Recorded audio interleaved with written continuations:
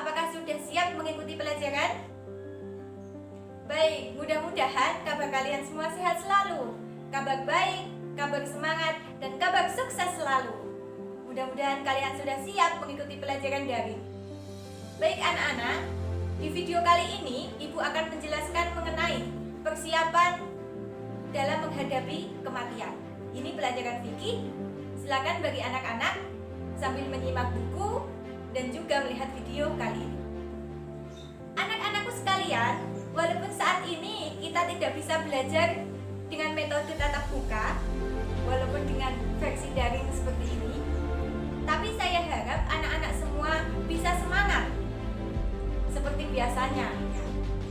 Jangan sampai patah semangat saat belajar daring, karena menuntut ilmu itu penting. Selama kita masih bisa bernafas, maka peluang untuk menuntut ilmu itu masih ada. Tetap semangat, salam sukses. Ibu yakin anak-anakku semua yang sekarang bersekolah di SMK Muhammadiyah 2 Tayu besok pasti akan menjadi orang-orang yang sukses. Saya yakin kuncinya adalah belajar dengan tekun, belajar dengan sungguh-sungguh. Karena kepentingan di dunia itu juga penting, dan kepentingan di akhirat jauh lebih penting. Untuk mencapai kebahagiaan di dunia, kalian harus memiliki ilmu. Untuk mencapai kebahagiaan di akhirat, kalian juga harus memiliki ilmu. Jadi antara kehidupan di dunia dan kehidupan di akhirat, keduanya sama-sama penting. Oleh karena itu, bersungguh-sungguhlah kalian dalam menuntut ilmu. Mumpung kita masih diberikan kesempatan oleh Allah Subhanahu wa Ta'ala. Oke? Siap mengikuti pembelajaran daring pada kali ini? Mudah-mudahan kalian siap selalu. Tetap semangat dan tetap memperhatikan pembelajaran pada kali ini. Anak-anak sekalian, pada kali ini Ibu akan mengajak kalian untuk bersemangat, berbahagia, dan bersenang-senang. Nah, pertanyaannya, bersenang-senang dalam hal apa ini? Kalian akan Ibu ajak bersenang-senang dalam belajar bersama mengenai pelajaran fikih pada materi persiapan menghadapi kematian. Wow, ini materi yang sangat luar biasa sekali ya anak-anak. Kalian harus memperhatikan, karena apa? Materi ini sangat penting sekali buat kalian ke depannya. Penting buat diketahui oleh siswa-siswi yang bersekolah di sekolah berbasis Islam. Kalian sangat rugi loh kalau kalian bersekolah di sekolah yang berbasis Islam, tapi kalian tidak mengetahui persiapan dalam menghadapi kematian. Makanya nanti materi kali ini kalian harus menyimak baik-baik ya. Sebelumnya Ibu akan bercerita terlebih dahulu. Wow, kalian pasti suka kan dengan cerita? Karena saya tahu anak-anak SMK Muhammadiyah 2 Tayu ini paling suka kalau pembelajaran dengan disisipi cerita-cerita unik. Apalagi ada metode game. Nah, karena ini pembelajaran versi daring, jadi Ibu belum bisa memberikan metode game lewat video. Mungkin kalau metode game bisa Ibu berikan melalui grup WhatsApp, tapi kalau lewat video kan biasa menggunakan metode ceramah seperti ini. Baik anak-anak sekalian, pada zaman dahulu ada seorang sarjana dari Belanda. Dia memiliki gelar profesor. Saat itu dia menangis. Dia mempunyai 3 pertanyaan yang dia sendiri tidak tahu jawabannya. Pertanyaannya seperti ini. Saat dia menangis, dia bertanya, "Ya Tuhan, saya telah dilahirkan di dunia, tapi sampai sekarang, sampai saya berumur 70 tahun, kata profesor tersebut, tapi saya tidak mengerti untuk apa saya dilahirkan. Dan saat ini, saya dihidupkan selama 70 tahun, tapi sampai sekarang, saya tidak mengerti untuk apa saya dihidupkan." Kemudian ada pertanyaan lagi yang ketiga, "Ya Tuhan, saat ini saya menjelang mati, tapi saya tidak mengetahui mengapa saya dimatikan. Kenapa saya tidak dihidupkan untuk selama-lamanya?" Nah, ketiga pertanyaan tersebut dia tidak mampu menjawabnya. Antara lain, untuk apa manusia dilahirkan, untuk apa manusia dihidupkan, dan untuk apa manusia dimatikan. Nah, bagi umat Islam, jawaban atas pertanyaan-pertanyaan tersebut sudah jelas. Karena Allah Subhanahu wa Ta'ala sudah menjelaskan tentang hakikat kehidupan dan kematian manusia. Allah Subhanahu wa Ta'ala berhak mematikan manusia dan juga berhak Manusia yang dulunya tidak ada kemudian dihidupkan menjadi ada. Kemudian Allah mematikan lalu menghidupkannya kembali. A'udzubillahi minasyaitonir rajim. Kaifa takfuruna billahi wa kuntum amwatan fa ahyaakum tsumma yumitukum tsumma yuhyikum tsumma ilaihi turja'un. Bagaimana kamu ingkar kepada Allah padahal kamu tadinya mati, lalu Dia menghidupkan kamu, kemudian Dia mematikan kamu lalu menghidupkan kamu kembali. Kemudian kepadanya lah kamu dikembalikan. Ini merupakan firman Allah dari Quran Surah Al-Baqarah ayat 28. Oke anak-anakku sekalian, pada pelajaran kali ini kita akan belajar bersama-sama mengenai persiapan dalam menghadapi kematian. Hal ini sangat penting agar kalian mengetahui hakikat dan tujuan hidup manusia di muka bumi, sehingga kita dapat menjalani kehidupan ini dengan penuh makna sesuai dengan tuntunan Allah Subhanahu wa Ta'ala. Lalu, apa saja tujuan hidup manusia di muka bumi ini? Yaitu untuk menyembah kepada Allah Subhanahu wa Ta'ala dan untuk menjadi khalifah di muka bumi. Allah Subhanahu wa Ta'ala berfirman dalam Al-Quran surah Az-Zariyat ayat 56. A'udzubillahi minasyaitonir rajim. Wa ma khalaqtul jinna wal insa illa liya'budun. Dan tidaklah aku menciptakan jin dan manusia melainkan untuk beribadah kepadaku. Nah, itu kata Allah di dalam Quran surah Az-Zariyat ayat 56. Ayat tersebut menggunakan bentuk tunggal karena memang penekanannya hanya beribadah kepada Allah Subhanahu wa Ta'ala. Jadi redaksinya juga berbentuk tunggal. Tegasnya, Allah Subhanahu wa Ta'ala menjadikan jin dan menjadikan manusia untuk beribadah kepada Allah. Karena jin dan manusia juga diberikan akal dan panca indera yang mendorong mereka untuk menyembah kepada Allah Subhanahu wa Ta'ala. Nah, seiring dengan berjalannya waktu, maka umur manusia akan semakin bertambah hingga sampai pada lansia, yaitu lanjut usia. Lansia ini suatu keadaan yang akan dialami oleh setiap manusia yang diberikan karunia oleh Allah Subhanahu wa Ta'ala berupa umur yang panjang. Di waktu lansia ini ditandai dengan bertumbuhnya uban dan juga fisik mulai lemah, sering sakit-sakitan, bahkan ada yang mulai pikun. Nah, itu usia lanjut.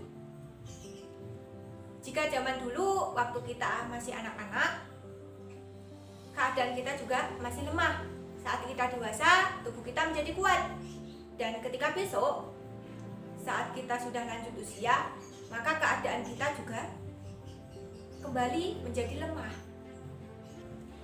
Ciri fisik yang lain pada lansia yakni kulit mulai keriput, ketampanan dan kecantikan mulai memudar. Kalau dulu pas masa remaja cantik sekali, sampai orang laki-laki tergila-gila. Begitu pula dengan yang laki-laki, ganteng banget, sampai yang cewek tergila-gila. Nah, ketika sudah lanjut usia, maka kecantikan dan ketampanan tersebut akan memudar. Begitulah takdir Allah Subhanahu wa Ta'ala. Allah Subhanahu wa Ta'ala berfirman dalam Al-Quran surah Yasin ayat 68. Bunyinya seperti ini. A'udzubillahi minasyaitonir rajim. Wa man nu'ammirhu nunakkishu fil khalqi afala ya'qilun. Dan barang siapa yang kami panjangkan umurnya, niscaya mereka akan kami kembalikan kepada kejadiannya.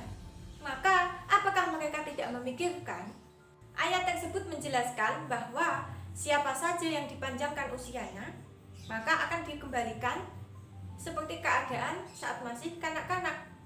Bahkan ada yang dikembalikan pula seperti saat mereka masih bayi. Nah, seperti itu.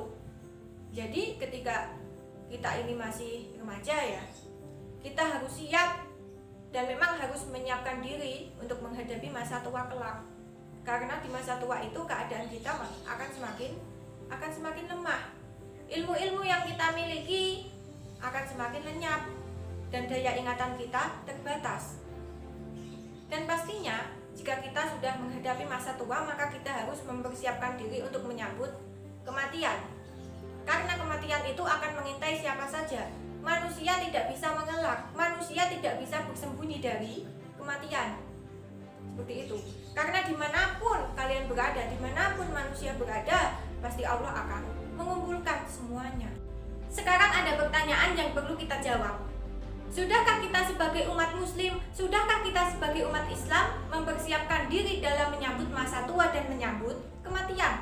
Karena kematian itu akan terjadi kepada siapa saja dan kapan saja, sesuai dengan kehendak Allah Subhanahu wa Ta'ala. Jawabannya adalah kita harus siap dan memang harus menyiapkan diri dengan cara menjalankan segala perintah Allah Subhanahu wa Ta'ala dan menjauhi segala larangannya, serta menjauhi hal-hal yang dapat menjerumuskan kita ke dalam perbuatan syirik, agar kita nanti dapat menghadapi masa tua dengan kehidupan yang tenang dan menghadapi kematian dengan husnul khotimah. Nah, anak-anak sekalian, sekarang ibu akan menjelaskan 7 amal ibadah yang bisa dilakukan oleh manusia saat berusia lanjut. Tapi dalam hal ini tidak hanya orang yang berusia lanjut saja ya yang menjalankan, tapi kita sebagai kaum remaja, sebagai umat muslim tentunya perlu loh menjalankan amal ibadah ini. Nah, tetap menyimak ya, karena di materi ini merupakan pembahasan mengenai lansia, jadi ibu juga akan menjelaskan sesuai dengan materi gitu. Nah, yang perlu kita ketahui anak-anak, bahwasanya masa tua merupakan masa yang dapat menentukan kebahagiaan seseorang. Jika di dalam masa tua tersebut seseorang sudah tidak lagi memikul beratnya kehidupan, maka sudah pasti orang tersebut bahagia. Akan tetapi sebaliknya, jika saat masa tua seseorang masih saja memikirkan duniawi, masih saja memikirkan hutang-hutangnya di masa lalu, maka itu suatu perbuatan yang kurang tepat. Karena masa tua itu merupakan masa yang cocok untuk menikmati kesuksesan di masa muda, dan masa tua inilah yang seharusnya digunakan untuk bersungguh-sungguh dalam beribadah kepada Allah, menjalankan perbuatan-perbuatan yang baik, perbuatan yang ma'ruf, dan mencegah hal-hal yang munkar. Itu adalah hal yang perlu dilakukan dalam usia lanjut. Tadi ibu sudah berkata bahwasannya ibu akan menjelaskan tentang 7 amal yang harus dilakukan saat orang masuk pada usia lanjut. Apa saja itu? Yang pertama, yaitu di dalam hadis dijelaskan bahwa sebelum manusia meninggal maka dianjurkan membaca doa seperti ini. Subhanakallahumma rabbana wa bihamdika Allahumma ghfirli. Di dalam rukuk dan sujudnya untuk memenuhi perintah Al-Quran. Dikatakan pula dalam hadis riwayat Muslim bahwasanya sebelum Rasulullah SAW wafat, beliau seringkali membaca Subhanakallahumma wa bihamdika astaghfiruka wa atubu ilaik. Nah, bacaan-bacaan inilah yang perlu dipersiapkan dalam menghadapi kematian. Yang kedua, yakni menggunakan waktu dengan baik. Penggunaan waktu akan mempengaruhi keberhasilan di masa mendatang. Oleh karena itu, saat ini, saat kita masih muda, pergunakanlah waktu dengan sebaik-baiknya. Ingat, waktu yang sudah kita lalui tidak akan kembali lagi. Oleh karena itu, jika seseorang sudah melakukan hal-hal yang kurang baik di masa lalu, maka di masa mendatang orang tersebut akan menyesal. Nah, penyesalan itu datangnya di akhir anak-anak. Karena apa? Kalau di awal itu namanya pendaftaran, bukan penyesalan, seperti itu. Nah, buat kalian semua, pergunakanlah waktu dengan sebaik-baiknya. Mumpung kita masih bisa bernafas, kita masih punya kesempatan. Jika kemarin kita melakukan hal-hal yang kurang baik, maka di hari ini kita harus berusaha untuk melakukan sesuatu yang baik. Karena orang yang beruntung adalah orang yang melakukan kebaikan hari ini, kebaikannya lebih baik dibandingkan dengan hari kemarin. Sedangkan besok ia melakukan hal yang jauh lebih baik dibandingkan hari ini. Jangan sampai kita rugi karena semakin hari kita akan berlaku yang kurang baik. Itu jangan sampai. Waktu itu sangat penting. Sampai-sampai Allah Subhanahu wa Ta'ala bersumpah di dalam Quran surah Al-Asr, wal asri, demi waktu, innal insana lafi khusr, sesungguhnya orang itu dalam kerugian. illal ladzina amanu wa amilus sholihati wa tawassaw bil haqqi wa tawassaw bis sabr. Kecuali orang-orang yang beriman dan mengerjakan amal sholih dan nasihat menasihati dalam hal kebenaran dan nasihat menasihati untuk menetapi kesabaran. Ayat di atas menjelaskan tentang betapa pentingnya waktu. Karena jika seseorang itu tidak menggunakan waktu dengan baik, tidak menggunakan waktu untuk beramal kebaikan, maka orang tersebut akan merugi. Kita ini hidup di dunia dengan dibekali waktu oleh Allah. Setiap manusia sama, yaitu 24 jam dalam sehari. Tapi kenapa kesuksesan kita dengan kesuksesan seseorang berbeda-beda? Nah, perlu kita ketahui bahwasanya kita memang manusia yang diberikan potensi oleh Allah, potensi yang berbeda-beda. Tapi tidak ada alasan untuk menggali potensi tersebut. Tidak ada alasan bagi kita untuk berlomba-lomba dalam kebaikan. Selama masih ada waktu, kita seharusnya berusaha untuk berlomba-lomba dalam kebaikan agar kita mencapai derajat sebagai orang yang beruntung. Beruntung dalam menggunakan waktu secara optimal. Di dalam hadis dijelaskan bahwasanya ada seorang laki-laki yang bertanya kepada Rasulullah, "Wahai Rasulullah, siapakah manusia yang terbaik?" Kemudian Rasulullah menjawab, "Orang yang terbaik adalah orang yang panjang umurnya dan baik amalnya." Kemudian orang tersebut bertanya lagi, "Wahai Rasulullah, siapakah orang yang terburuk?" Kemudian Rasulullah menjawab, "Orang yang terburuk adalah orang yang panjang umurnya, tapi buruk amalnya." Nah, anak-anak sekalian, mudah-mudahan kita semua diberikan oleh Allah umur yang panjang dan juga amal yang baik, agar menjadi orang yang terbaik, orang yang disayang oleh Allah dan juga disayang oleh Rasulullah. Yang ketiga, yakni selalu beramal kebaikan. Nah, Rasulullah sudah memberikan contoh dalam hal beramal kebaikan, karena memang Rasulullah itu suri tauladan yang baik bagi umatnya. Beliau merupakan suri tauladan bagi manusia untuk beramal kebaikan, baik dalam hal ibadah mahdhah maupun ibadah ghairu mahdhah. Sedangkan suatu dasar yang dapat menentukan diterimanya amal kebaikan yaitu iman dan ikhlas. Jadi orang yang beramal itu harus beriman dan ikhlas. Orang yang beramal tapi tidak disertai dengan iman, maka itu kurang tepat. Begitu pula dengan amal yang tidak disertai dengan rasa ikhlas, itu juga kurang tepat. Karena dua-duanya saling berkaitan, yakni iman dan ikhlas. Ada satu hal penting dalam beramal, yakni amal harus dilakukan dengan kontinu atau secara terus-menerus. Karena di dalam hadis Rasulullah dijelaskan bahwasanya Allah Subhanahu wa Ta'ala itu mencintai amalan yang kontinu walaupun hanya sedikit. Jadi sithik-sithik lah nek kontinu kuwi luwih apik tinimbang akeh sakwise terus ngamal. Ngono lho maksudnya. Tapi nek ngamal kuwi akeh terus kontinu kuwi ya padha wae apik. Kunci utama yaitu kontinu. Yang keempat yakni memperbanyak membaca Al-Quran. Di masa usia lanjut, yang perlu diusahakan adalah memperbanyak membaca Al-Quran, karena membaca Al-Quran adalah ibadah yang utama dan akan mendapatkan pahala dari Allah Subhanahu wa Ta'ala. Rasulullah Shallallahu Alaihi Wasallam bersabda, "Barang siapa yang membaca satu huruf dari Al-Quran, maka baginya satu kebaikan. Dan satu kebaikan akan dilipat gandakan menjadi 10 kebaikan."